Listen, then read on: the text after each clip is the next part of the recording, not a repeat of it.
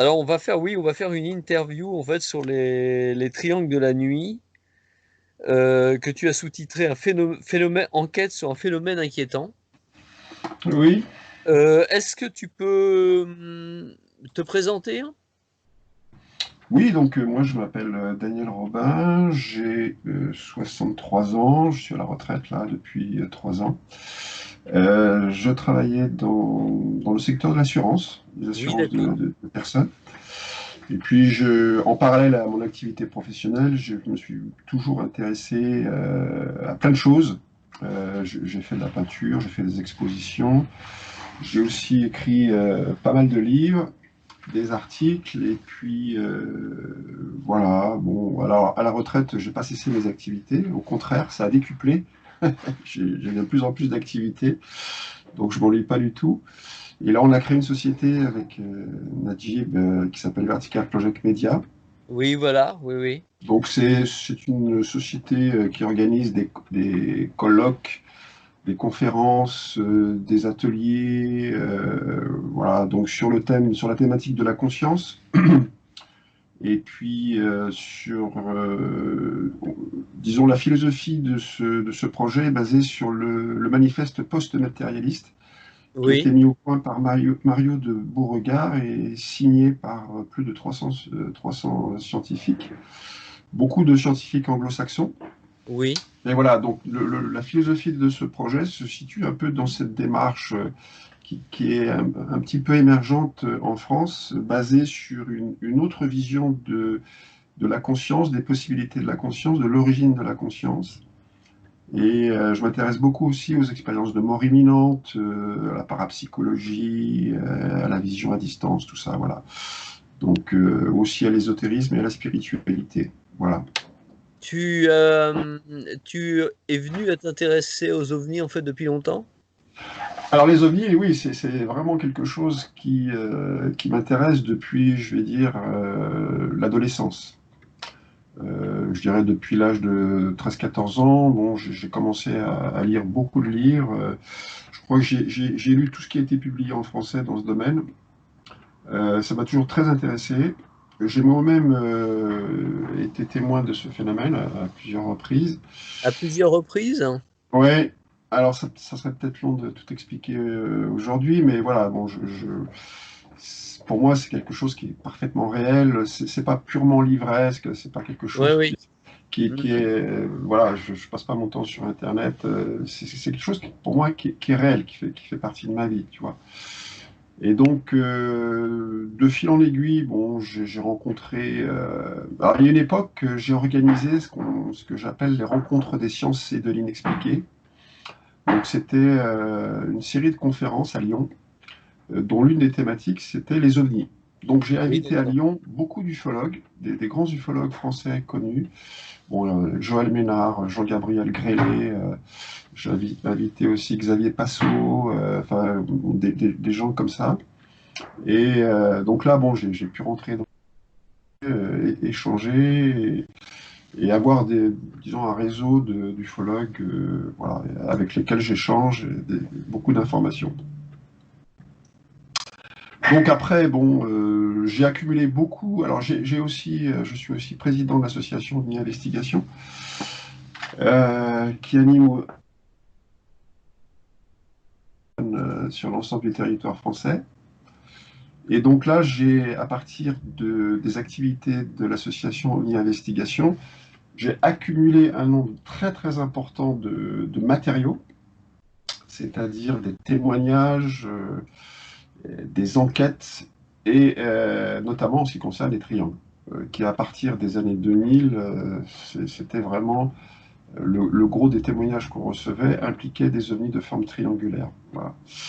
Et donc je me suis dit, bon, ça serait quand même dommage que tout ce matériel accumulé, toutes ces informations accumulées disparaissent avec moi, quoi. Et le jour où... Alors bien sûr, les ufologues, c'est bien que les ufologues soient informés de ça, mais je voulais que ces informations soient partagées avec le plus grand nombre possible. C'est la raison pour laquelle j'ai écrit ce livre sur les triangles de la nuit. Et donc pour deux raisons, essentiellement parce que il y avait de plus en plus de témoignages impliquant des ovnis de forme triangulaire. Et la seconde raison, c'est que, à ma connaissance, il n'y a pas d'études françaises ou en langue française consacrées exclusivement aux ovnis de forme triangulaire. Donc j'ai un petit peu comblé cette lacune en écrivant et en publiant ce livre, qui marche pas mal d'ailleurs, hein, qui intéresse beaucoup de gens. Vous l'avez Et vendu à combien d'exemplaires, enfin sans indiscrétion? alors, il faut savoir qu'un livre sur les ovnis, lorsqu'on vend 2000 exemplaires, c'est bien, c'est Pas bien. que sur les ovnis, hein, je te le confirme. Donc là, tu vois, bon là, il était réédité, hein. C'est bien. Mais voilà, je te dis tout de suite, j'ai pas fait fortune avec ce Oui, livre. je m'en doute. Donc, mais voilà, 2000 exemplaires, c'est bien. Mon éditeur est content. Bon, voilà. Et il sera peut-être. Alors là, il est publié au format Kindle, puisque bon, vu la crise, les librairies Ouais. étaient fermées, donc voilà. Vous Donc, l'avez beaucoup diffusé au format Kindle? Là, excuse-moi, c'est l'éditeur qui s'interroge. oui, oui, alors il est, pour l'instant, là, bon, je regarde un petit peu son classement, tu sais, sur Amazon, dans les 50 premiers titres vendus, le top 50 des livres vendus, il est toujours dans le top 50, hein. Donc, Ah, c'est bien. dire qu'il est, il peut être à la 10e place, à la 9e place, voilà, il est toujours dans le top 50. Ouais. Bon. Attends, parce que Ah, ma oui, femme a fermé la porte, mais je reviens 2 secondes, hein. oui.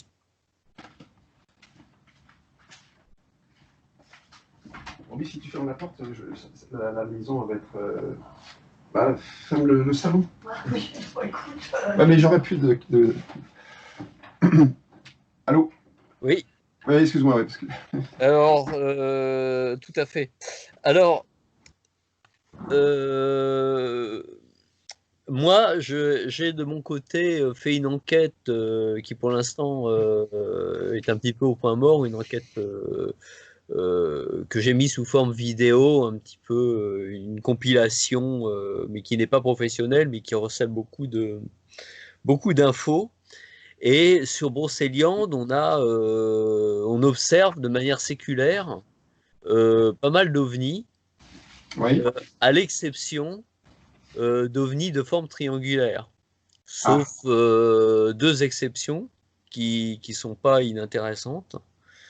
L'une par mois, non loin de ma maison, et une autre par une habitante du village qui là avait vu au-dessus de Montauban de Bretagne un ovni triangulaire en position arrêtée, mais pas tout à fait triangulaire, qui avait plutôt des ailes delta avec un léger enfoncement style Concorde ou...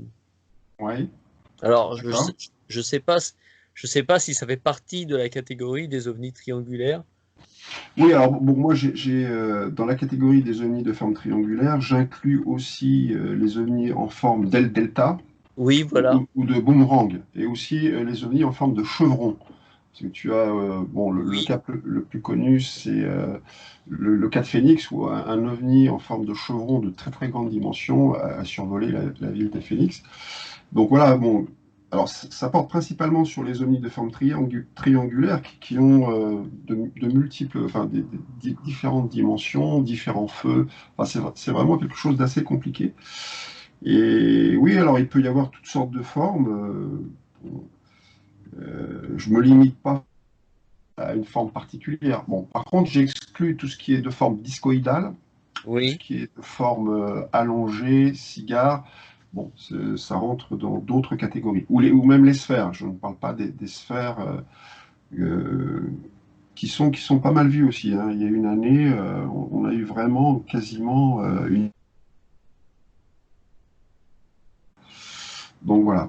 Une année, t'as été coupé là. Vous aviez eu quasiment Une vague d'observation de sphères oranges. C'était en 2013. en 2013. Ouais, en 2013, ça a commencé au printemps 2013 et ça finit à la fin de l'été 2013. Et là, on recevait quasiment tous les jours des témoignages d'observation de personnes qui voyaient dans le ciel des sphères oranges, mais parfois, c'était des dizaines et des dizaines de sphères oranges qui passaient dans le ciel, et Donc parfois aussi 2013. en 2013. Voilà. Et il y a une période particulière en 2013? Oui, je te dis, c'était vers la fin du printemps, et puis ça a duré jusque fin août, début septembre, avec des pics en juillet-août. Et on a eu vraiment. Alors là, je me suis dit, mais ça y est, il y a une invasion de. C'est bon là, ils arrivent. Et c'était des groupes de plusieurs sphères oranges qui passaient souvent à basse altitude et très lentement. Le cas le plus impressionnant, je me souviens, c'est un gars qui nous avait contacté. Moi, je l'ai eu au téléphone, ce gars. Il sortait d'une boîte, c'était 3 heures du matin à Paris, c'était sur un boulevard, je me souviens plus le nom du boulevard, et il a vu passer dans le ciel parisien carrément une colonne de sphères, il y avait à peu près 60 sphères qui passaient au-dessus de Paris, tu vois. Oui, d'accord. Et ça, Et c'était quand? C'était à en quelle date? 2013, ça devait être, je dois pouvoir retrouver le cas, ça devait être au mois d'août, Au juillet-août. mois d'août? Ouais, voilà. Et quand tu dis au printemps 2013, c'était quoi, en avril? Ça avait commencé en Mais, avril ou avant? Mai? mais, mais, En mais, mai? mais, Ah, d'accord. mais. Donc là, on est loin des ovnis triangulaires. Est-ce que tu as quantitativement euh, des données sur le nombre, en fait? J'ai vu qu'il y Oui, en avait dans ton livre quelques-unes, mais est-ce que tu as pu... alors, bon, t'as- oui, alors on n'a pas, comment dirais-je, fait de statistiques poussées sur le nombre de témoignages reçus impliquant des ovnis de forme triangulaire.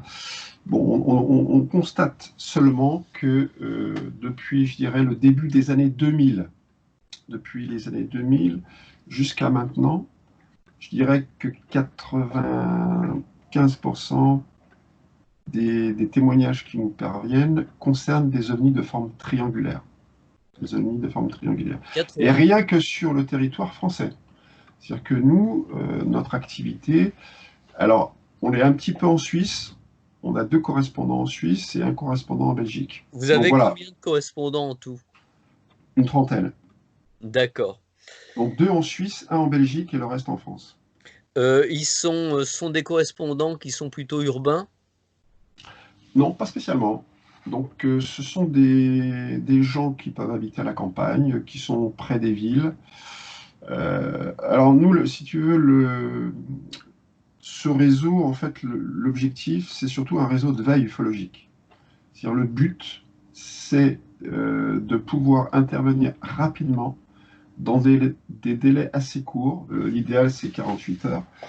De pouvoir intervenir rapidement lorsque une observation, on va dire, intéressante est signalée dans le périmètre qui est géré par notre correspondant. Voilà. Si le témoin peut prendre, enfin, si le correspondant peut prendre contact avec le témoin, c'est bien. S'il peut aller sur place, enquêter directement sur le lieu de l'observation, c'est encore mieux. Voilà. Donc c'est la réactivité. Et c'est fait aussi avec l'objectif de se préparer à une future vague. C'est-à-dire que, bon, si je prends l'exemple de la vague belge de 89, heureusement qu'en Belgique, à cette époque, il y a une structure qui s'appelait la SOBEPS, donc qui était, c'était Parce que la vague belge, rappelons-le, c'était surtout des ovnis triangulaires, hein, voilà, c'est ça, voilà, c'était si je ne des ovnis, m'abuse. principalement des ovnis de forme triangulaire, Ouais, ouais. tout à fait. Et donc la SOBEPS, heureusement qu'il y a eu la SOBEPS, qui a fait un travail remarquable et qui à l'époque a été aidé par l'armée de l'air belge et notamment par le général de Brouwer. Donc le résultat, SOBEPS a publié deux tomes épais relatant toutes les enquêtes qui avaient été faites par la SOBEPS lors de la vague belge. Donc nous, c'est un peu l'objectif. Le jour où se présentera une vague, alors peut-être pas de la dimension de la vague belge, mais quelque chose d'important, on soit capable d'avoir sur le terrain des gens qui et de ramener des témoignages. Voilà. D'accord. La vague belge, Alors, excuse-moi de te demander cela. J'ai retenu, moi, en lisant le livre, que tu notais depuis que vous investiguiez le phénomène, près de 2500 Oui, témoignages alors, concernant des triangles. oui, alors en fait, mon étude, les triangles de la nuit, porte principalement sur des témoignages français enquêtés, hein. Oui, C'est pas des témoignages qui ont été pompés sur Internet ou des sites. oui, C'est des enquêté. témoignages qui sont Ouais, ouais. enquêtés principalement. Bon, et alors je me suis posé la question, bien évidemment, est-ce que ce que l'on voit en France peut se généraliser au monde entier? Et la conclusion est oui. Et donc il y a quelqu'un c'est un ami d'ailleurs, qui a créé un site qui s'appelle Delta Initiative et qui répertorie l'ensemble des témoignages dans le monde. Oui, d'accord. Voilà. Et là, alors j'y suis pas allé aujourd'hui, mais il y a quelques jours, le nombre de témoignages répertoriés dans le monde dépasse les 2500. On doit être à 2600 ou 2700 depuis les années 40, les années 50. Voilà.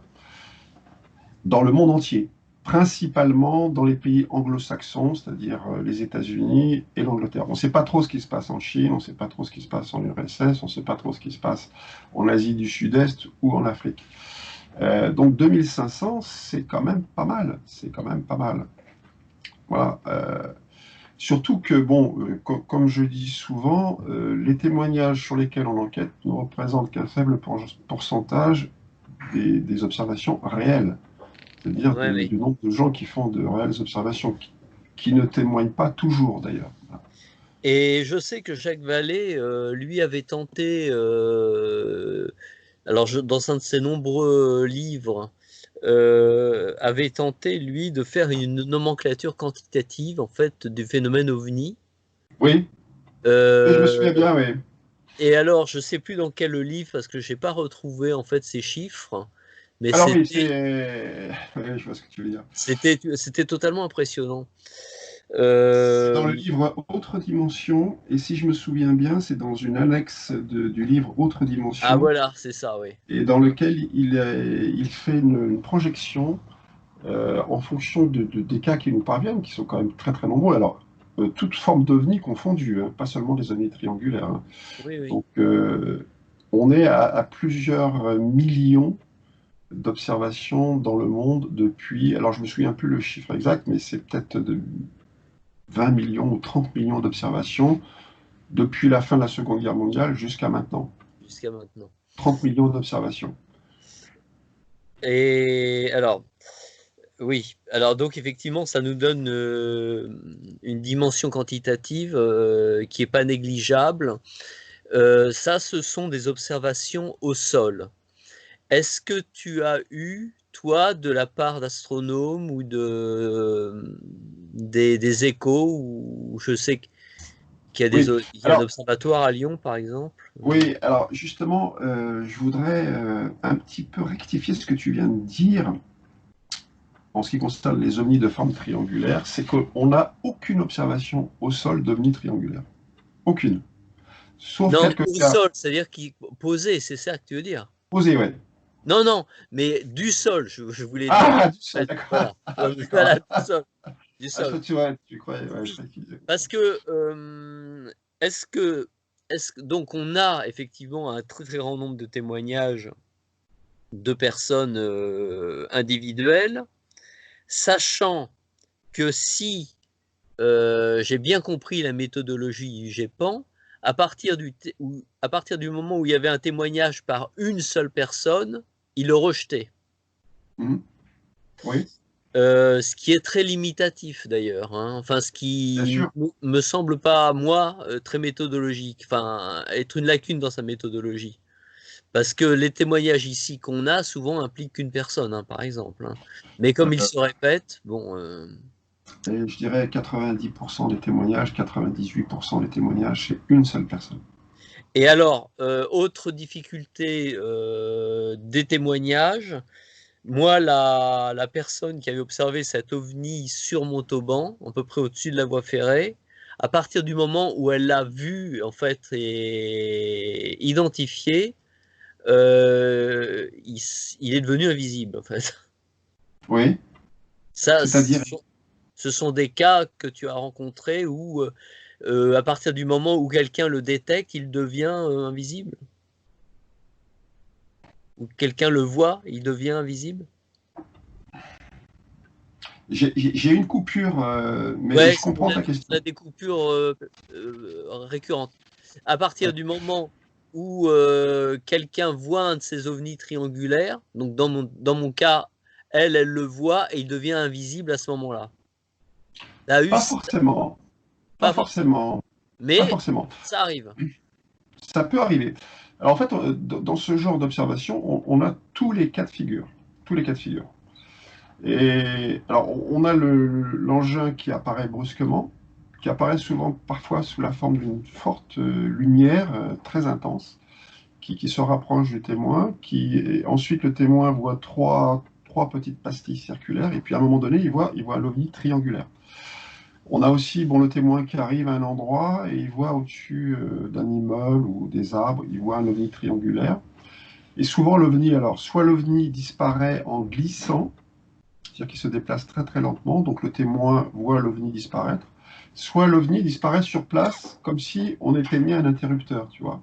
Oui. On a un cas, le témoin nous a dit, c'est comme si on baissait l'interrupteur, paf, l'ovni disparaît. Bon.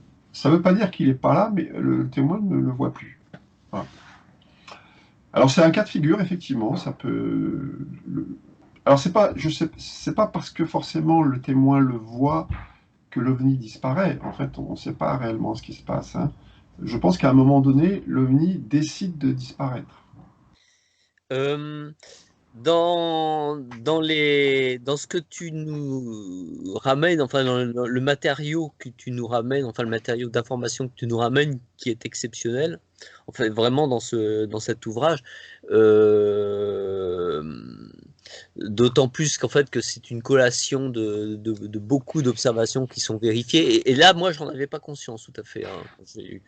Euh, est-ce que ces observations ont est-ce que tu as fait un rapport de proportion entre zone urbaine et zone rurale? Oui, alors ça, c'est une très bonne question. Ça nous a un petit peu turlupiné et on s'est aperçu qu'il y avait énormément de cas en zone urbaine. Et Quand tu vraiment, dis énormément, 90, 80? alors après, c'est difficile à chiffrer, mais je dirais au moins 50% des cas rapportés se passent en zone urbaine très peuplée. C'est-à-dire carrément au-dessus de villes comme Lyon, Ouais, comme Nantes, Paris, voilà. Et alors, bon, ça interpelle quelque part, parce que, bon, on a des cas à Lyon, par exemple, où des témoins observaient un ovni triangulaire à 23 heures dans le quartier de la Croix-Rousse. Alors, je ne sais pas si tu connais Lyon, oui, mais le si, quartier de si. la Croix-Rousse, c'est un quartier, il y a une densité de population très très importante. En plus, c'était l'été, à 23 heures, il y avait du monde dans les rues.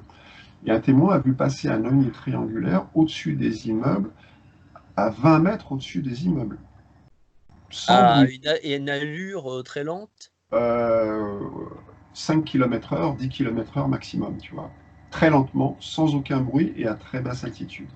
D'ailleurs, c'est les trois caractéristiques principales des manifestations d'ovnis triangulaires. Ce sont des engins qui se manifestent sans bruit, pas de bruit, parfois un léger bourdonnement, très lentement.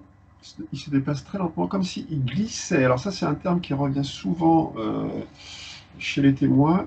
L'OVNI n'est pas propulsé, l'OVNI ne plane pas, il glisse. Alors c'est assez curieux, comme si, je sais pas, il utilisait un système très particulier. Et puis, à basse altitude. La troisième caractéristique, c'est que ces ovnis triangulaires se déplacent souvent à très basse altitude, euh, 200 mètres, 300 mètres maximum, voilà. Alors, il y en a qui ont été aperçus à très haute altitude, mais après, ça devient de plus en plus compliqué d'identifier une forme triangulaire à plusieurs kilomètres. Euh, oui, alors tu dis 50% sur les villes densément peuplées. Euh, Et 50% sur les campagnes? Alors oui, alors après, il y a aussi ce phénomène qui avait été noté par Jacques Vallée, justement, aussi dans le livre Autre dimension. Il y a beaucoup de témoignages qui se situent dans les zones périurbaines. Ah voilà, C'est-à-dire, c'est-à-dire, 50%, oui, c'est-à-dire, tu as un nombre de témoignages dans les centres-villes oui. et tu as des témoignages dans les zones périurbaines, c'est-à-dire parfois des zones pavillonnaires ou à la limite des grandes villes, dans centres commerciaux, zones industrielles, voilà. C'est-à-dire que c'est à la périphérie des villes, tu vois. On a aussi pas mal de témoignages. On a, oui. Alors, donc, les premiers 50% dont tu me parlais concernaient les centres-villes et dans les 50 autres pourcents, en grande partie, les zones périurbaines. Exact, très juste. Alors ça, effectivement, ça c'est une chose qui est extrêmement spécifique par rapport, nous, à nos propres observations. Parce que bon, moi, je suis à la limite de la zone périurbaine rennaise. Toute la zone qui va, pour tout te dire, pour tout te dire, toute la zone qui va de la forêt de Brocéliande, qui est un petit peu enfin, pas centre-Bretagne, hein, mais à une trentaine de kilomètres de Rennes, on va dire entre 30 et 50 kilomètres de Rennes jusqu'à Ploërmel, jusque ensuite à l'espère de la Vilaine, avec là les îles de Belle-Île, Watt, Edic et l'île du Mai, sachant que l'île du Mai, c'est le centre géographique des terres émergées, en fait. Je fais le porte-parole de la brochure touristique du coin, du petit port qui est juste à côté, sans que ça veuille rien dire, je pense. Donc sur toute cette zone-là, on a des ovnis, mais jamais aucun ovni triangulaire. Et on a plutôt des phénomènes lumineux, des boules rouges. Alors par exemple, dans mon village, dans les années 70, on en observait beaucoup. Et un ancien maire du village en avait vu passer avec deux autres témoins. On était dans les années 70. Et se dirigeait vers un endroit, si tu veux, vers un lieu d'où vient de manière récurrente en fait un ovni. Moi-même, l'ovni que j'ai vu venir se percher carrément en fait à 20 mètres de la petite maisonnette que j'avais construite à ce moment-là, venait en fait de cet endroit et on l'a vu souvent en fait la lumière revenir de cet endroit en se redirigeant vers la haute forêt. Mhm. Et alors donc là, on est vraiment dans des zones naturelles, en fait. On n'est pas du tout dans des zones urbaines ou périurbaines, Oui, hein. d'accord. Ouais. Euh, Même observation que j'ai pu faire en fait du côté d'Épinal, entre Épinal et Gérardmer, où il y a beaucoup de grands bois, etc. Même observation, par exemple, qu'on a fait au-dessus du plateau du Vercors avec tout un groupe d'excursionnistes, où là, on voyait non pas du tout des ovnis triangulaires, mais des petites étoiles qui apparaissaient à 800 000 mètres d'altitude, sous forme d'un petit flash qui se déplaçait un peu, et puis autre petit flash, et qui disparaissait, si tu veux. Et ce type d'observation vue du sol de petites lumières, ici en Brocéliande, on s'amusait à les compter en fait avec un ami le soir entre 11h et 3h du matin. Et on en comptait des dizaines, D'accord. des dizaines. C'était incroyable. Mhm. Euh, alors, Et est-ce que et tu fais un lien entre ces observations d'OVNI et toute la charge, je dirais, mythologique, magique qui entoure cette forêt de Brocéliande, dont on dit que c'est là où habitait Merlin, je crois, non? Merlin l'Enchanteur. mais, mais ça, c'est malheureusement pour les rêveurs, c'est une recréation du 19e siècle en fait. Ah, d'accord. Ouais. Mais par contre, par contre, un ancien du village m'avait dit à ce moment-là, euh, j'ai fini par obtenir ses confidences au bout de 10 ou 15 ans que nous nous fréquentions. Il m'avait dit que j'étais stupéfait et il m'avait dit, oui, les boules rouges, on avait l'habitude d'en voir, on n'en parlait jamais entre nous parce qu'on avait peur de se faire passer pour des cons. Mais je lui dis, mais vous, qu'est-ce que vous en pensiez? Et il me dit, non, c'était dans la nature. On avait l'habitude d'en voir, c'était dans la nature. D'accord. Euh, et à cela s'ajoutait, et c'est ça qui fait que pour moi c'est très différent du phénomène triangle, mais je me trompe peut-être, hein, ce caractère de récurrence et de lieu. Et même dans la toponymie des lieux, on a un endroit qui s'appelle la vallée des Portes, ou un autre endroit qui s'appelle le Puy sans fond, ou un Mhm. village qui s'appelle Néant-sur-Yvel. Ah, c'est joli ça. C'est absolument hallucinant Ah oui, c'est de voir ça dans la toponymie. oui, c'est très Euh, intéressant. Hein. Moi, territorialement, j'ai vu un ovni suivre en fait le liseré du golfe de la Vilaine une fois. J'en Mhm. ai vu sous forme de boules lumineuses entre Saint-Nazaire et Nantes, par exemple. Mhm. Alors, justement, alors je veux pas détailler toutes les richesses qu'il y a dans ton livre parce que je voudrais bien que les gens l'achètent. Euh, on a en commun en fait deux témoins puisqu'on se connaît très très bien et on s'apprécie beaucoup avec Cyril et Xavier. Oui, Et, oui, très bien. et Je connais donc, bien. ouais, ouais, bah, que tu connais bien. Ouais. Et il y a un phénomène qui, dans le témoignage de Xavier, qui est ultra, ultra détaillé, ultra précis, et que moi j'ai recoupé après avec lui, et on a plus, en plus échangé des données bio, et comme moi j'ai une expérience de remote viewing sur le sujet, justement, on a pu échanger d'autres choses encore. Donc en fait, dans l'expérience de Xavier, qui habite dans le centre de Nantes, donc lui fait part d'une lumière forte en fait qui est arrivée, qui a fait un demi-cercle au-dessus de la ville à basse altitude avec une très très grande lenteur de mouvement, Oui. très illuminé en fait sous le dessous. Il a été pratiquement le seul à le voir.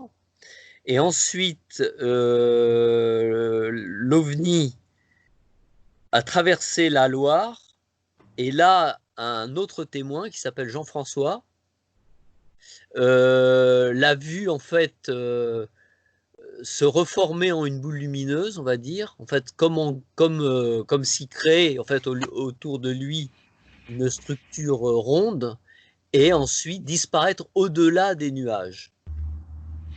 Oui, c'est ça, Alors, oui. Oui, est-ce que ça, est-ce que quand on voit disparaître, parce que je vais te préciser, je vais te préciser d'autres trucs. Quand on voit disparaître les ovnis triangulaires, c'est toujours, ils remontent vers le haut ou ils viennent vers le haut. T'as pas l'impression qu'ils sortent du sol ou... Non, alors, dans le cas de Xavier, hein, donc c'est un ami commun, puisque bon, moi, je le connais depuis 2016. Il est venu à Lyon, on a fait un petit documentaire sur son observation que j'ai publié sur Facebook d'ailleurs. Et effectivement, c'est une affaire très très intéressante. C'est une des plus belles affaires sur laquelle j'ai enquêté.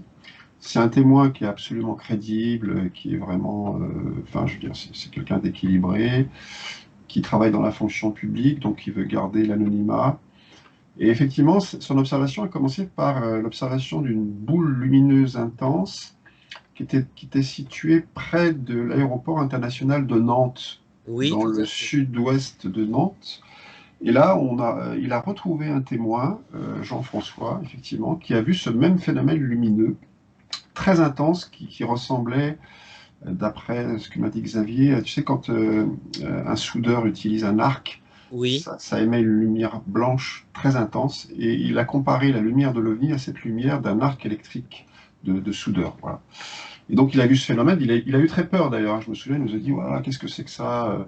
Il a vraiment eu très peur. Et puis, alors ce qu'il faut dire, c'est que en fait, il était chez lui, assis dans son canapé, il s'apprêtait à regarder une émission de télévision euh, jusqu'à 1 heure ou 2 heures du matin. Et à un moment donné, il a ressenti comme une injonction de se lever et d'aller à la fenêtre. Je me souviens, il nous a dit, c'était irrésistible. J'ai pas pu faire autrement. J'étais tranquillement assis sur mon canapé. Il a fallu que je me lève pour aller à la fenêtre de mon balcon pour regarder ce qui se passait à l'extérieur. Et là, il a vu cette lumière. Voilà. Alors cette lumière, alors c'était à peu près, c'était de l'autre côté de la Loire, de l'autre côté d'un grand pont qui le passe pont de au-dessus de... Chevirey. Voilà, le pont de Chevirey. Voilà, le pont de Chevirey. Sur une commune qui s'appelle Bouguenais. C'est la commune de Bouguenais. Après, il y a le pont. Et là, lorsque l'OVNI est passé au-dessus du pont de Chevirey, Xavier a vu 3 pastilles lumineuses qui se sont déplacées vers lui en formant une espèce d'arc de cercle. Et à un moment donné, bon, lorsque ces pastilles étaient suffisamment proches, il a vu vraiment une forme triangulaire, alors très imposante, parce que d'après lui, soit il y a une coupure là, je crois, Oui, non? tu me Ouais. disais très imposante parce que d'après lui, il faisait 60 mètres. 60 mètres de côté. Et en Voilà. hauteur, Alors, il n'a pas vu l'épaisseur. Il y avait, parce qu'il a toujours vu le phénomène du dessous. Donc, il devait y avoir peut-être une épaisseur, mais il n'a pas bien pu l'estimer. Par contre, bon, il a vu trois feux blancs, une lumière blanche qui diffusait une lumière blanche, et puis beaucoup de petites lumières de toutes les couleurs sous la surface inférieure du triangle. Et au centre, un carré orange avec des espèces de petites séparations, alors, comme des filaments, tu vois, de couleur orange. Voilà. Et je me souviens, enfin, il m'a dit, c'était absolument magnifique. C'était vraiment une beauté incroyable. Et alors, dans un silence parfait, bien évidemment. Alors, je me souviens, bon, il nous a dit qu'au moment où il a vu passer le triangle au-dessus de son immeuble, parce qu'il est vraiment passé à très basse altitude au-dessus de son immeuble, il y a ce phénomène qui est assez récurrent dans les observations d'ovnis triangulaires, c'est le silence. Un silence absolu, c'est-à-dire que bon, il y avait une climatisation, je crois, à côté, il y avait les voisins à côté qui écoutaient la télévision, bon, il y a les bruits de la ville de Nantes. D'un seul coup, plus rien. Silence total. Voilà. Comme si c'était une espèce de face-à-face entre le témoin et l'OVNI. Voilà. Et là, bon, tu connais l'affaire, tu sais ce qui s'est passé après. oui. Alors, ne, je sais ce qui s'est passé. Est-ce que de la part d'astronomes ou amateurs ou professionnels ou de pilotes, est-ce que ou de radaristes, est-ce que toi tu as pu avoir des informations? Non. Alors là, je vais être honnête, il y a, je dirais, un blackout total. On a eu des affaires, on a enquêté sur une affaire intéressante. Alors, c'était pas une affaire de triangle. Un blackout De la part volontaire, des, ton de la part, avis? enfin, Ou... par exemple, dans le cas de Xavier S, Xavier s'est demandé, mais c'est pas possible, je suis pas tout seul à avoir vu ce phénomène. Surtout Donc, que c'était à 23 h, c'est ça? voilà, 23 h, 23 h 30. Ouais, Voilà. l'aéroport est encore en fin En- d'activité, on va dire. voilà. Xavier a eu la présence d'esprit, je crois que c'est 2 jours après ou le lendemain. Il est allé à l'aéroport international de Nantes interroger le contrôle aérien. C'est pas possible. Ils ont vu ce phénomène lumineux, puisque c'était à proximité de l'aéroport. Ils l'ont vu. Alors il interroge le contrôle aérien. Les a appelés, il n'est pas allé les voir. Oui, il les a appelés, enfin je sais pas. Non, non, on n'a rien vu, il s'est rien passé. D'accord. Il a appelé le GEPAN, bon, il a envoyé son témoignage au GEPAN, il n'a jamais eu de réponse. Il est allé à la gendarmerie lui a dit, bah, vous êtes tout seul? Non, bon, je sais même pas s'ils ont fait un procès verbal de son observation. Si, alors après, il est allé à la mairie de Nantes, et la mairie, curieusement, ils étaient informés de son observation, mais ils n'ont pas donné suite, tu vois. Bon, c'est quand même un cas extraordinaire. Un objet Bah, triangulaire de 60 mètres qui passe au-dessus de la ville de Nantes, personne ne le voit, les autorités ne disent rien. Bon. oui, et je dis que c'est d'autant plus étonnant que la couverture aérienne, ne serait-ce que couverture radar de la Bretagne, est l'une des plus complètes qui soit, puisqu'il y a la force de frappe à Brest. Voilà. Et bon, donc là, on a en fait des observations au sol, mais qui sont jamais corrélées par des observations radar et des observations d'avions ou de pilotes et des observations d'astrophysiciens ou de... Alors, on ne sait pas si c'est corrélé ou pas, on ne le sait pas, puisque on n'a pas d'informations de la part de l'aviation civile. Bon, alors, je ne parle même pas des militaires, hein, parce que c'est même pas la peine de poser la question militaire. De toute façon, il ne se passe jamais rien. Bon, mais on a eu un cas à Lyon où un monsieur avait vu passer en plein jour, près de l'aéroport international de Saint-Exupéry. Alors, c'est quand même un aéroport très important. Il a vu passer un avion en face qui était accompagné par des boules, des sphères lumineuses, qui ont tourné autour de l'avion et qui ont accompagné l'avion. Il y avait 4 sphères lumineuses. Donc le pilote, le copilote et les passagers ont vu ces sphères lumineuses. Donc nous, on s'est dit, bah tiens, on va aller quand même interroger le contrôle aérien de ça. Ah, tu m'entends? Oui. Oui, vous allez donc quand Oui. même interroger le contrôle aérien. Voilà. Et ils n'ont rien vu. Et le, Les pilotes n'ont rien vu. Alors, ils reconnaissent qu'il y a eu un avion, puisque bon, maintenant on sait quel vol arrive à telle heure à l'aéroport. On peut le savoir, donc ça, ils l'ont confirmé. Par contre, ils ne nous ont pas dit, oui, le pilote, le copilote et les passagers ont vu des sphères lumineuses accompagner cet avion. Ils ne nous l'ont et pas dit. c'était tu te souviens pas de quelle compagnie c'était cet avion? C'était une compagnie italienne, je crois. C'était un avion. Alors, je pourrais te transmettre le dossier. On a Ah, vraiment fait on a fait une enquête très approfondie. Et en plus, alors bon, ça c'est. On connaît quelqu'un qui travaille pour l'aviation civile et qui est justement au contrôle aérien. C'est un ancien pilote, il travaille au contrôle aérien. Il a essayé de faire une enquête en interne et il n'a pas pu avoir les renseignements. Euh, et à un moment donné, il nous a dit, je ne peux pas aller plus loin parce que si je vais plus loin, je risque de perdre mon emploi. C'est-à-dire qu'à un moment donné, si tu veux, lorsqu'on commence à s'intéresser à ça et qu'on veut divulguer des informations vers l'extérieur, ça devient dangereux pour les personnes qui essayent de le faire, tu vois. Donc là, on n'a pas eu confirmation de la part de l'aviation civile que bon, cet avion avait bien été accompagné par des sphères lumineuses.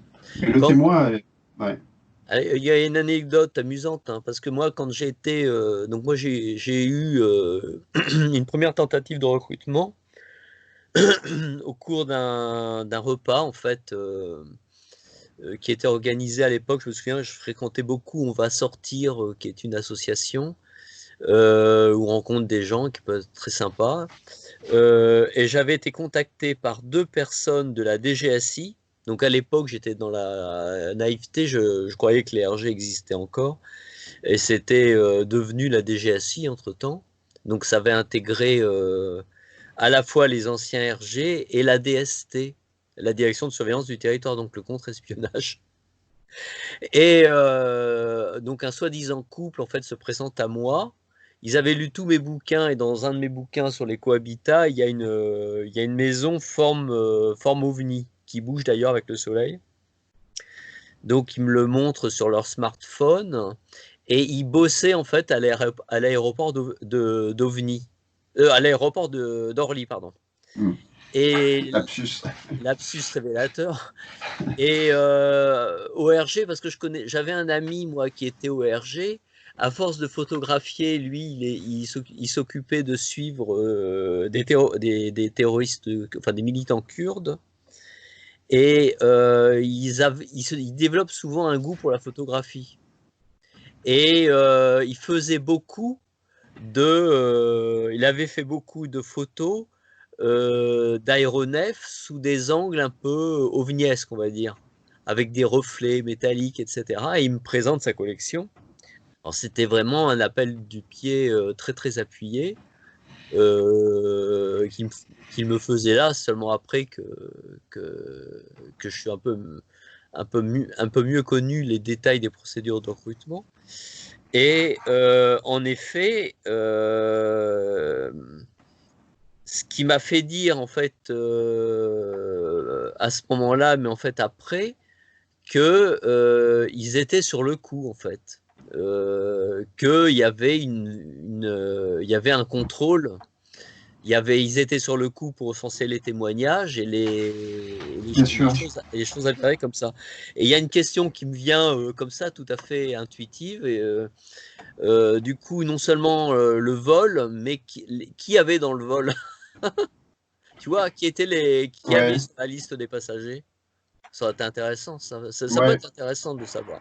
Alors, j'ai le numéro du vol, j'ai les caractéristiques, d'où venait l'avion, quel type d'avion c'était, le nombre de passagers. Ça j'ai pu retrouver ces informations. Le vol a été parfaitement identifié, hein. Mais, ouais, mais, Par mais, contre, oui, je oui. pense que le pilote et le copilote et les passagers ont été briefés à l'atterrissage. Ça, Les j'en suis peut-être. passagers, parce que ça, ce serait, à mon avis, à mon avis,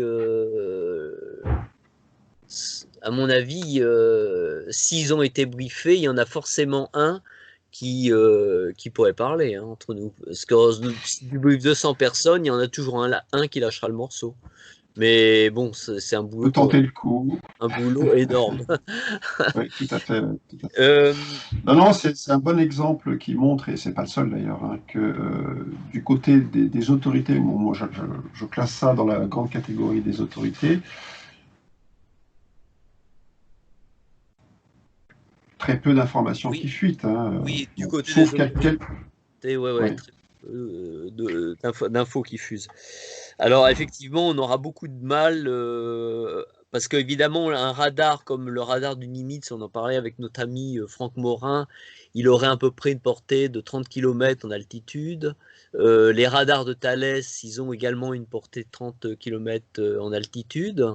Pour la petite histoire, Thales est au-dessus de l'usine de Nemours dont tu parles Ouais. dans ton livre, développe un radar passif, c'est-à-dire un radar qui repère les objets en creux dans le smog électromagnétique. Tu comprends? Et du coup, pour ce qui est des ovnis, c'est fondamental puisqu'ils sont dans la furtivité.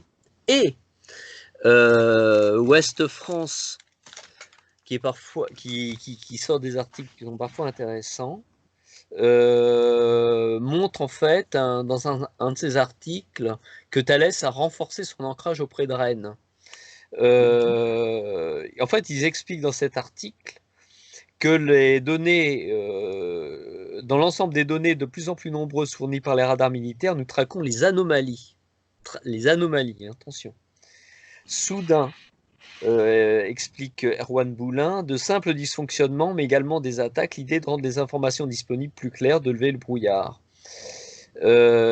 Comme nous, notre enquête, enfin moi plutôt mon enquête, je l'ai faite au-dessus notamment de la Haute-Forêt, enfin les gens du coin comprendront, et la Haute-Forêt est occupée à 50% par le camp militaire de Coët-Quillan. Et donc qui ont eu vent en fait de cette enquête et qui ont reconnu auprès d'amis qu'en fait ils voyaient eux aussi, ils avaient appris en fait à voir eux aussi de nombreux ovnis en fait si tu veux. Ils D'accord. avaient constaté en fait la présence de nombreux ovnis. Et la différence en fait entre ces ovnis que nous avons nous donc au-dessus du camp de Couët-Quidan et de toute cette zone, c'est absurde. C'est absurde quand on dit ça comme ça, mais il semble en fait monter du sol et se diriger vers les hauteurs. Ce qui, je ne sais pas ce que tu en penses, mais ce qui semble être une différence notoire entre les triangles qui semblent, eux, venir du haut et repartir vers le haut. Oui, effectivement, oui. Bon, le phénomène OVNI est un phénomène multiforme, complexe, où il y a beaucoup de catégories de phénomènes, d'engins divers. Effectivement, on a des cas où les témoins disent avoir observé des phénomènes qui sortaient du sol, notamment beaucoup de sphères lumineuses. Alors, oui, je confirme, les sphères lumineuses sortent du sol. Moi, j'en ai moi-même photographié une fois lors d'une soirée d'astronomie. On l'a constaté sur notre appareil, un phénomène lumineux qui sortait du sol. Est-ce qu'on peut ranger ce type de phénomène dans la catégorie des ovnis? Je ne sais pas. Je ne sais pas. Peut-être. Ça fait peut-être partie d'un ensemble extrêmement vaste et complexe, dont on a du mal à tracer les frontières d'ailleurs. On ne sait pas bien où ça commence et où ça finit. Mais oui, pourquoi pas, oui. Après, il y a beaucoup de phénomènes naturels inconnus, peut-être. Je ne sais pas. Là, j'ai pas d'avis sur cette question des phénomènes lumineux observés qui sortent du sol. J'ai pas de... Alors, moi, j'en ai un. En fait, à force de les voir, si tu veux, Ouais. un jour, par le plus grand des hasards, je me trouvais sur le point culminant en fait, de la forêt de Pimpon, donc de Brocéliande, et je regardais vers Plohermel et j'ai vu un petit appareil en fait métallique, donc, qui réfléchissait la lumière du soleil, qui faisait des zigzags comme ça, tu vois, mais sans ralentir. Ça veut dire qu'en fait, entre le moment où il passe d'un côté et le moment où il passe de l'autre, il est dans une vitesse qu'on peut dire infinie. Donc en fait, la logique de cela, c'est la logique, c'est la déclinaison de la relativité générale. Si, pour nous, il faut qu'à un moment donné, si les pilotes et l'appareil veulent supporter de telles accélérations, que ce n'en soit pas pour eux. C'est-à-dire que eux continuent à 1000 km, là il n'allait pas à 1000 km/h, il allait à 100 km/h, disons, qui continue à 100 km/h, mais qu'à un moment, il dilate le temps, en quelque sorte. Pour le témoin, lui, son temps restera, c'est comme le paradoxe des jumeaux de Langevin. Oui, Son bien temps sûr, ne bien sûr. bougera pas, mais il dilate son temps, et lui, mais il continue à 100 km/h dans ce temps dilaté. Il fait son tournant tranquille, comme le ferait un appareil normal, et il repasse dans le temps, dans notre temps à nous, toujours à 100 km/h, tu vois. Oui, je comprends ce que tu veux dire. Voilà. Et alors, à partir du moment où tu maîtrises la relativité générale, tu maîtrises ta propre masse. C'est une question d'énergie. Quand tu mets ta main dans l'eau, tu peux mettre ta main dans l'eau parce que ta main concentre plus d'énergie finalement, elle a une densité supérieure. Et si tu maîtrises ta densité, tu peux entrer dans l'eau, tu peux entrer dans l'air, mais tu peux entrer dans la matière aussi, comme si tu rentrais dans l'eau ou dans l'air, tu vois. Oui, je comprends, oui. Et vu en fait la récurrence du phénomène OVNI ici à Brocéliande et qu'on avait affaire nous plutôt à des boules comme ça, je me suis dit il faut chercher l'explication la plus simple possible, la plus bête possible. Enfin, c'est le fameux rasoir d'Occam où en fait on va jamais chercher des choses compliquées. Il faut se dire qu'en fait il maîtrise la relativité générale, donc il traverse la matière comme nous on traverse l'air et comme nous on traverse l'eau. C'est un rapport d'énergie. Et évidemment, masse et énergie sont masse, énergie et temps en fait sont et j'ajoute le truc qui est complètement dingue. C'est dans un de nos témoins, il y avait un peintre qui a bien montré l'appareil qui apparaissait sous une forme de sphère lumineuse et qui, à très faible vitesse, et puis qui apparaissait sous forme métallique. Alors là, c'est le fameuse idée qu'en fait, ce sont des engins qui sont bien matériels et qui se retransformaient en boules lumineuses, et le tout au-dessus du champ de tir de Quetzalcoatl. Tu vois un peu le truc. Mhm, mhm. Très Euh, intéressant. alors, du coup, ça fait une ultra simplification de toutes les hypothèses en ce qui concerne le Bien déplacement. sûr. On a eu dans la littérature ufologique, il y a des cas connus d'ovnis passant à travers une montagne, par exemple, ou Voilà, en rentrant dans une montagne, ou passant par le cratère d'un volcan, par exemple. Il y a eu oui, un tout à fait. film qui a fait le buzz sur Internet, une espèce de cylindre qui pof disparaît dans le cratère d'un volcan. Bon. Il semblerait qu'il maîtrise l'énergie, la matière, l'espace, le temps et l'information, et peut-être aussi une autre dimension que j'appelle psychique aussi, Oui, pourquoi pas. oui. Alors, justement, je voulais te parler de ça parce que c'est encore une des différences que nous observons. En fait, ici, en forêt de Brocéliande, avec l'expérience qu'a subi Xavier. Et je voulais te demander, avant de peut-être te faire préciser l'expérience de Xavier, si la présence d'ovnis triangulaires sur les villes s'était accompagnée de panique animale, style aboiement de chien. Oui, par exemple, dans le cas de Cyril, que tu connais, qui Ouais, gère les repas ufologiques de Nantes, si je me souviens bien, à un moment donné, donc il était avec sa sœur, donc c'était le 5 novembre 90, donc c'était lors de la fameuse vague du 5 novembre 90 à 19 heures.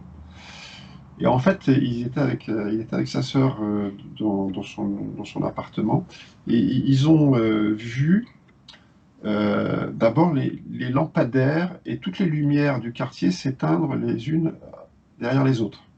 Et ils ont vu une espèce d'ombre triangulaire passer au sol. Et là, je me souviens, le témoignage, Cyril a dit, j'entendais les chiens hurler, mais comme jamais je les avais entendus hurler, comme si c'était des bêtes sauvages. Des bêtes sauvages. Vraiment, ils hurlaient à la mort, mais quelque chose d'incroyable, quoi. Je me souviens de ce détail que m'avait donné Cyril. Et effectivement, les animaux ont un comportement différent et souvent un comportement de panique. Alors, c'est pas dans tous les cas, il faut qu'il y ait des animaux, soit des chiens, soit. Mais effectivement, les animaux réagissent mal au passage d'un ovni, en règle générale. Pas seulement des triangles, hein, je dirais. ah bon? Parce que, alors, Il y oui, a tu une dis. petite coupure, ouais. Alors attends, tu dis les animaux réagissent mal au passage d'un ovni et pas Oui, seulement des triangles. Mais, tout à fait. mais peut-être. Alors, j'ai moi un autre exemple. Je ne sais pas si tu en Oui. as entendu parler. Je ne sais pas si c'est. Je crois que c'est aux Pays-Bas. C'est le zoo d'Eindhoven. Est-ce que tu en as entendu parler? Non, je ne connais pas. Alors, c'est peut-être pas le zoo d'Eindhoven, mais c'est peut-être le zoo d'Amsterdam, où il y a un ovni qui était passé dans le ciel et les primates en fait qui étaient en captivité ont eu une panique énorme et ont cessé de s'alimenter pendant une semaine. Mm. Oui, Et donc ça confirme ça confirme. tout à fait, oui. Par, par contre, ici, euh, jamais nous on a eu de panique animale. Oui, Et même puisque c'était intégré quelque part dans la culture en fait rurale, paysanne à l'époque, ça a jamais poussé des vaches à fuir, etc. Puisque moi, j'allais dire ma source, mon ami mon ami me dit, c'était dans la nature. Tu vois ce que Mhm. je veux dire? Mhm. Il ne le dissociait pas de la nature, donc il l'associait comme un élément naturel. D'accord, ouais. Mhm. D'accord. Donc c'est vraiment mais qui mettent 15 ans à me le dire et à me dire c'était dans la nature. Bon, les trois autres qui ont vu passer la fameuse boule de 8 mètres, c'était l'époque où il y avait encore un bocage, il y avait plein d'animaux dans le bocage, il n'y avait jamais de panique animale. Et alors, il y a un truc, quand tu rends mais avec une précision vraiment millimétrique hein, dans les triangles de la nuit, Oui. attends, je suis en train de me dire que ce serait même carrément intéressant de mettre tous nos dialogues sur YouTube. Enfin, bon. Bah, c'est toi qui décides, hein, Ou de faire un rendu écrit et puis Oui. peut-être de développer tous nos dialogues sur YouTube parce que quand tu décris avec vraiment un très très grand luxe de détails dans les triangles de la nuit, la réaction de Xavier que tu peux nous rappeler quand il veut photographier. Oui, alors ça, c'est assez. C'est un problème qui est enfin, récurrent en ufologie, surtout à notre époque. On a beaucoup de gens qui nous disent, mais voilà, tout le monde maintenant a son appareil, son smartphone, son iPhone, etc. Et on n'a pas de photos probantes, on n'a pas de vidéos probantes. Alors on a quelques vidéos, on a reçu quelques vidéos, mais elles sont souvent de très très mauvaise qualité et ça ne correspond pas à ce que le témoin a vu. En fait, comme si l'appareil, la technologie de l'appareil ne réussissait pas à capter le phénomène, tu vois. Alors, on voit trois petits points noirs qui se déplacent dans le ciel, mais c'est tout. Bon, c'est pas suffisant. Alors, dans le cas de Xavier, ça pourrait être une explication. Xavier avait son appareil, donc son portable à côté de lui, sur le divan, et il a essayé de prendre son téléphone, il a essayé de trouver l'application téléphone, appareil photo. Il n'a jamais réussi à trouver l'application. Et au moment où il a essayé de le faire, il a eu un mal de tête épouvantable, épouvantable. Et je me souviens, il nous avait dit, j'ai jamais eu un mal de tête comme ça. Comme si le phénomène l'empêchait de prendre une photo ou de filmer ce qu'il était en train de voir. Et ça, c'est assez courant. Les témoins ne pensent pas à prendre leur téléphone, ou s'ils pensent à prendre leur téléphone, ils n'arrivent pas à utiliser leur téléphone. Ils sont bloqués, il se passe quelque chose, l'appareil ne marche pas, ils ne trouvent pas l'application, voilà, bon, ils s'embrouillent. Alors on peut mettre ça sur le compte de l'émotion, c'est-à-dire que bon, imagine, tu vois un ovni triangulaire qui passe au-dessus, tu es un petit peu paniqué, ça peut arriver, mais je pense qu'il y a un phénomène qui vient de l'OVNI lui-même et il empêche le témoin d'avoir une preuve, je dirais, une quasi-preuve, soit photographique, soit sous forme de vidéo. Et ça, c'est très net dans le cas de Xavier. Xavier leur reproche au phénomène. Il m'a dit, mais quelque part, c'est très dur parce que tu vois quelque chose. Et puis tu es tout seul à le voir et tu ne peux pas apporter la preuve de ce que tu as vu. C'est extrêmement frustrant, très frustrant. Et la question, en fait, la, alors, ici, autre paysage, autre perspective, ils sont tout à fait. Non seulement il n'y a jamais, moi, tous les témoins que j'ai vus, et alors, il y en a qui ont photographié des choses, mais qui sont absolument hallucinantes. Surtout quand on détaille par rapport aux éphémérides, aux aliments des planètes, etc. Euh, Ils ont été, on va dire, attirés par le phénomène et ils ont, sans aucune difficulté, pu le photographier. Il n'y a jamais eu de censure en fait à ce niveau-là. Et Oui, le phénomène mental que tu me décris d'un mal de tête qui confine en fait, enfin une qui douleur empêche, oui, intense, oui, intense, intense, oui. intense, vraiment intense. Bon, ce n'est jamais arrivé.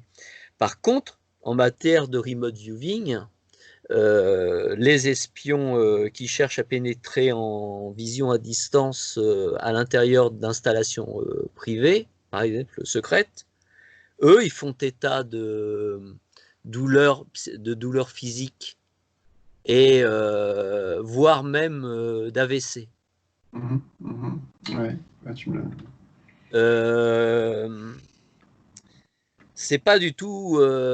Et là, on est dans les phénomènes Mais alors, j'en parle moi, mais il y a un article, un très bon article d'Eliane Carroll dans Nexus qui a réussi, je ne sais comment. Je ne connais pas du tout Eliane Carroll. C'est un homme ou une femme d'ailleurs? Je la connais pas, je connais pas ce. Il faudrait savoir qui c'est, presque. Ouais, ça doit Mais être. elle a réussi, je ne sais où, il ou elle a réussi, je ne sais comment, par quel miracle, à interviewer un espion-ci, et qui rapporte des phénomènes de douleur comme ça, mais dans un contexte bien particulier, qui est contexte militaire. Oui, tout à fait. Et dans le contexte brocéliandais, on va dire en général, euh, non seulement les témoins que j'ai ont une affinité quelque part culturelle avec ce phénomène, mais rien ne les empêche à aucun moment de les photographier. Ouais, d'accord. Et ça va même plus loin, parce qu'il y a toute une troupe d'illustrateurs ou de peintres ici à Brocéliande, et les gars, les filles, ils font des choses souvent très intéressantes, sont souvent, en fait, moi j'ai trouvé, inspirés par le phénomène OVNI ou les multidimensionnalités, ou les figures sortant d'autres figures, tu vois, un vase sortant d'un vase, ou des choses comme ça, dans des volutes ou des formes naturelles. Tu vois, il y a une D'accord, ouais. espèce de... On pourrait dire presque qu'il y a une école artistique brocéliandaise de ce point de vue-là. D'accord, magnifique. Et serait très intéressant à développer ce thème. Euh, du coup, question après, parce que alors là, c'était le summum du truc. Tu dis à un moment, tu rappelles Xavier, moi je l'ai vu Xavier, donc on a discuté pendant près de 2 heures. Et je l'ai filmé, mais la qualité n'est pas au rendez-vous, je pense. Certainement beaucoup moins que ce que vous avez dû faire. Et Xavier me dit, le message que j'ai, nous sommes en paix, nous venons en paix, nous reviendrons vous voir. Et je dis à Xavier, et qu'est-ce qui t'empêche de penser que c'est pas du pipeau? Mhm. Oui, alors effectivement, ça peut être du pipeau, ouais. Après, il y a le ressenti du témoin.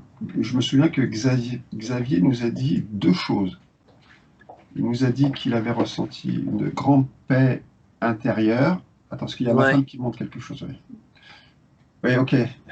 À quelle Par heure la demie, sinon j'y vais, moi. Vas-y, Roby. Parce que je suis avec. Combien tu as de temps? Parce qu'il y a ma femme qui me On pose. doit partir à la demie. Est-ce que tu veux qu'on se rappelle? On peut. Alors attends, jusqu'à la nuit, parce Il qu'il est y a quelle heure là? c'est 16 heures. Il est 16h15. 15 minutes, 20 minutes, c'est bon? C'est. Une quinzaine de. Oh, 20. oui, oui, 15 minutes, je Oui, pense. voilà. Non, je voulais revenir simplement sur cet épisode de Xavier. Xavier nous a dit deux choses. D'une part, qu'il avait ressenti vraiment une espèce de bien-être, il se sentait très très bien. Et en même temps, il nous a dit, et ça m'a beaucoup frappé, et à chaque fois il le redisait, j'ai senti que l'OVNI dégageait une puissance psychique irrésistible. Irrésistible, c'est-à-dire que bon, c'était Mhm, extrêmement puissant. On ne pouvait pas lutter contre cette puissance mhm. psychique. Euh, alors, bon, est-ce que le message perçu par Xavier est du pipeau ou n'est pas du pipeau? Je n'ai pas la réponse. Bah oui, J'ai pas la réponse. Je n'en sais strictement rien.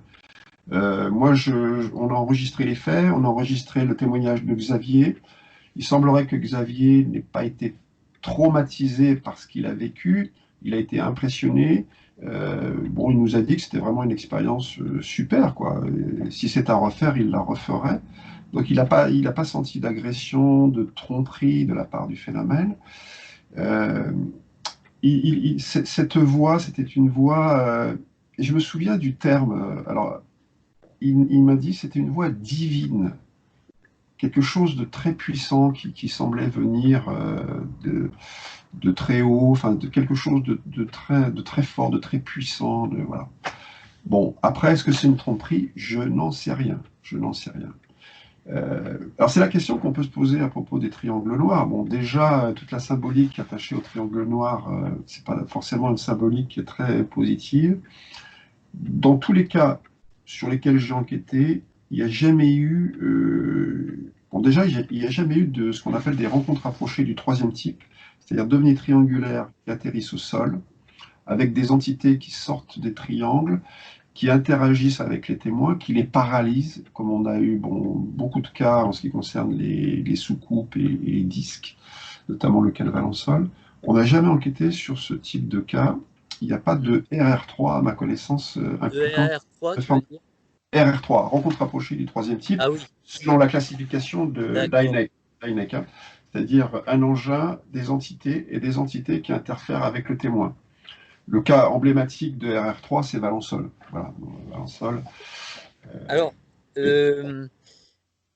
moi, donc, j'ai lu ça avec beaucoup, évidemment, une passion, énormément d'intérêt, et j'ai rapporté ça à l'événement d'Aravilliers, où Oui, là, on a des témoins qui arrivent à dessiner des êtres, on va dire, plus, qui ressembleraient plus à des dieux égyptiens, qu'à des qu'à des dieux égyptiens, voilà, avec une tête effilée, etc. Et têtes d'aigle. au lieu d'avoir des genoux comme ça, ils ont des genoux comme ça, enfin, Ouais, type oiseau, on va dire. ouais, ouais. Euh, Là, en l'occurrence, l'enlèvement d'Aravilliers, c'était un disque, c'était pas un triangle, si je ne m'abuse. Non, tu as raison. Mais il y Oui, avait panique animale. oui, c'est vrai, c'est vrai. Alors, Et Aravilliers, c'est une affaire extrêmement intéressante et absolument passionnante. Ouais, ouais, c'est un cas. Alors, c'est un engin, oui, en forme de soucoupe. Les témoins ont surtout vu des phénomènes lumineux. Je ne sais pas si tu te hmm, souviens, ils ont vu une soucoupe de taille très, très imposante, 30 mètres, 40 mètres, avec beaucoup de panneaux lumineux, puis des phénomènes lumineux qui descendaient de la soucoupe et puis qui s'étalaient sur les véhicules. Je ne sais pas si tu te souviens. Ouais.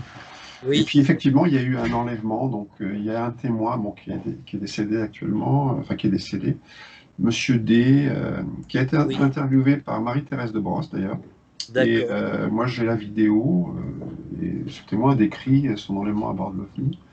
Et les créatures, parce qu'il était un petit peu, un peu endormi, il se réveille, il était sur une table, et puis il commence à regarder au sol, et puis il voit une créature avec trois espèces de pieds avec des griffes, tu vois, avec trois doigts. Et puis il lève les yeux, et puis il voit, en fait, la tête, c'était une tête d'aigle. Il me dit une tête d'aigle, aigle royal, quoi, tu vois, Hmm. chose Avec des plumes absolument. en arrière. Ouais, absolument impressionnante. Ouais. Ça, c'est à l'envie. J'ai écrit un long article, ouais, les PDF, il y a deux PDF, et je dois avoir la vidéo de l'interview de Marie-Thérèse de Brosse. J'arrive à aller à enquêter. Est-ce que tu pourrais... Et est-ce- surtout, ouais. Gérard Deforges. Tu connais Gérard Oui, Deforges? oui, j'en ai entendu parler, oui, oui. Voilà, c'est un des principaux enquêteurs de cette affaire. Est-ce que toi, tu pourrais m'envoyer la vidéo que tu as prise de ton côté de notre Ah, mais échange c'est pas moi. Ah oui, d'accord. sur Skype? Ouais, Et moi, je vais voir si je peux pas faire une sorte de petit montage et le mettre sur YouTube ou un truc comme ça, parce d'accord, on a dit des choses qui sont vraiment très intéressantes, je trouve. d'accord. Ok. Et puis, je ferai un article un peu comme j'ai fait pour Franck sur mon blog de Mediapart. Avec plaisir, Pierre-Gilles. Et puis, il faudrait Voilà. qu'on reparle aussi.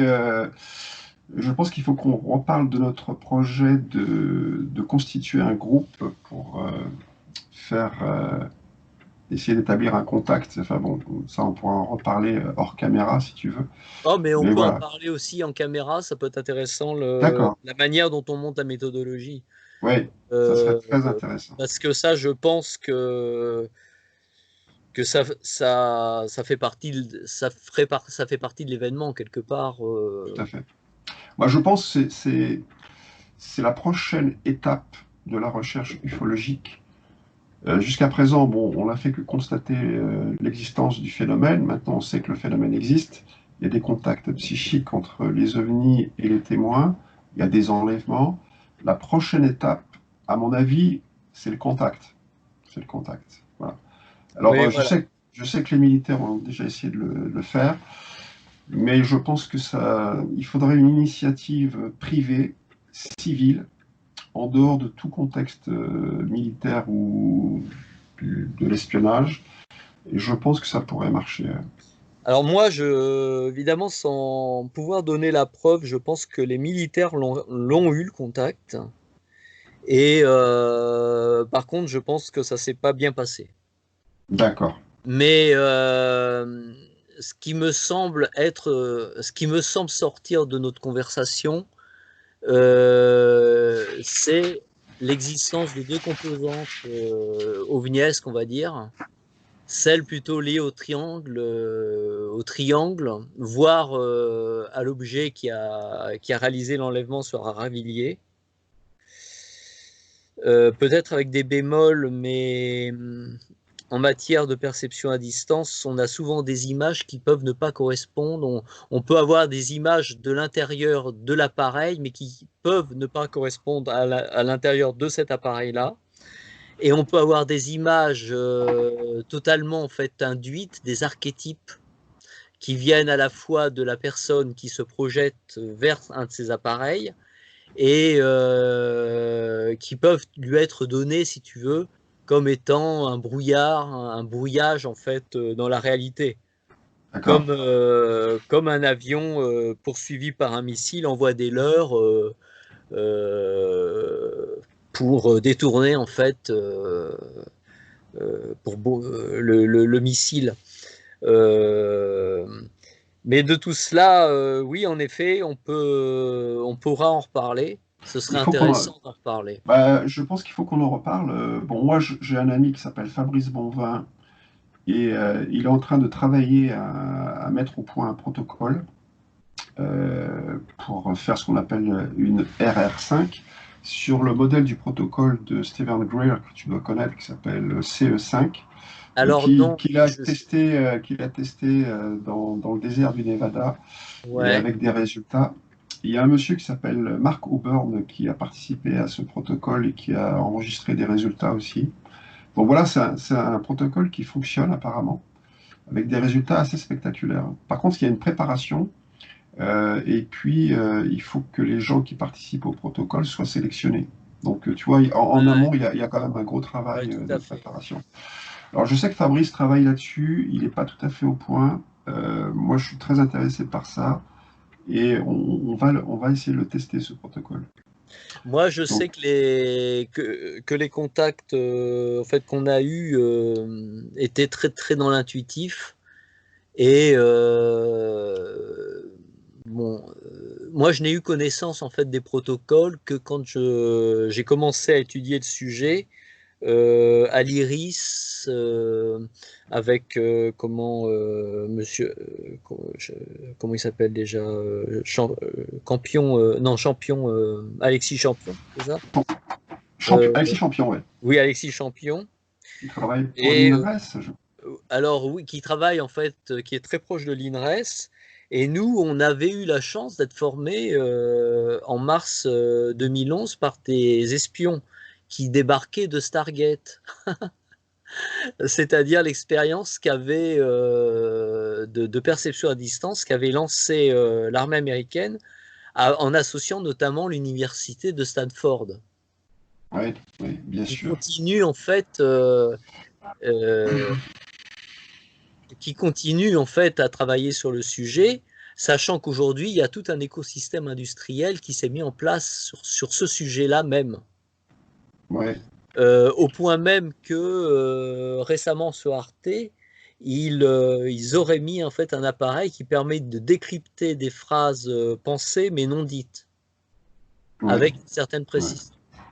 C'est absolument incroyable la vitesse à laquelle ça À va. laquelle ça évolue, ouais, cette Ouais, technologie ouais, évolue, ouais, tout à fait. ouais, Ouais, ouais. ouais. Alors quand tu rajoutes là-dedans des télépathes et que tu mets le tout dans un checker,